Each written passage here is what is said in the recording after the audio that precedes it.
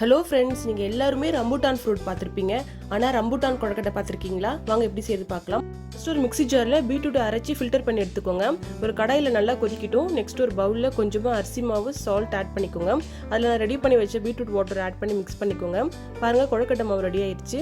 Next ஸ்டஃபுக்கு ready பண்ணலாம். ஒரு கடாயில் கீ விட்டு கட் பண்ணி வச்ச பாதாம், முந்திரி, துருவன தேங்காய், ஏலக்காய், சக்கரை ஆட் பண்ணி மிக்ஸ் பண்ணுங்கள்.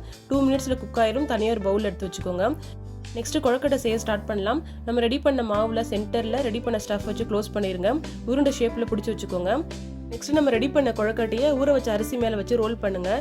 அரிசி ஈரமாக இருக்கனால ஈஸியாக ஒட்டிக்கும். பாருங்கள், ரெடி பண்ணிட்டு தனியாக ஒரு பிளேட்டில் எடுத்து வச்சுக்கோங்க.